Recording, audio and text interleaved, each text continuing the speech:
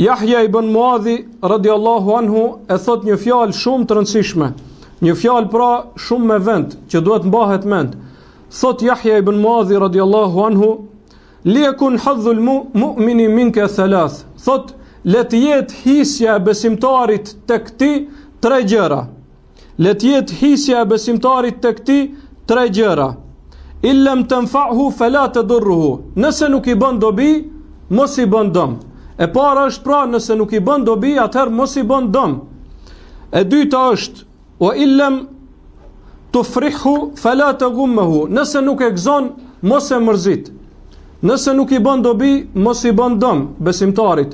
Nëse nuk e gëzon, atëherë mos ia fut mërzin në zemrën e tij. Wa illam tamdahu fala tadhumhu. E nëse nuk e lavdron, thot, atëherë mos e nënshmo.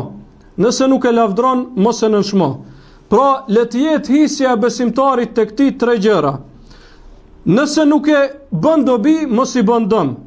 Nëse nuk e gëzon, mos e mërzit, dhe nëse nuk e lavdron, atëherë mos e nënshmo.